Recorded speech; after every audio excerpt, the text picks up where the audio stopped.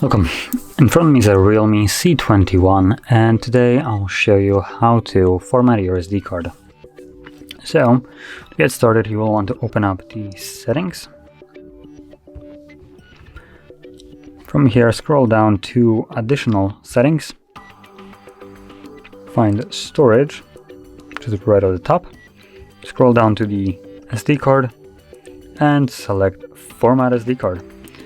It will give you a message, all data on the SD card will be erased, so if there is anything on it that you would like to keep, back it up beforehand, otherwise you will lose it permanently.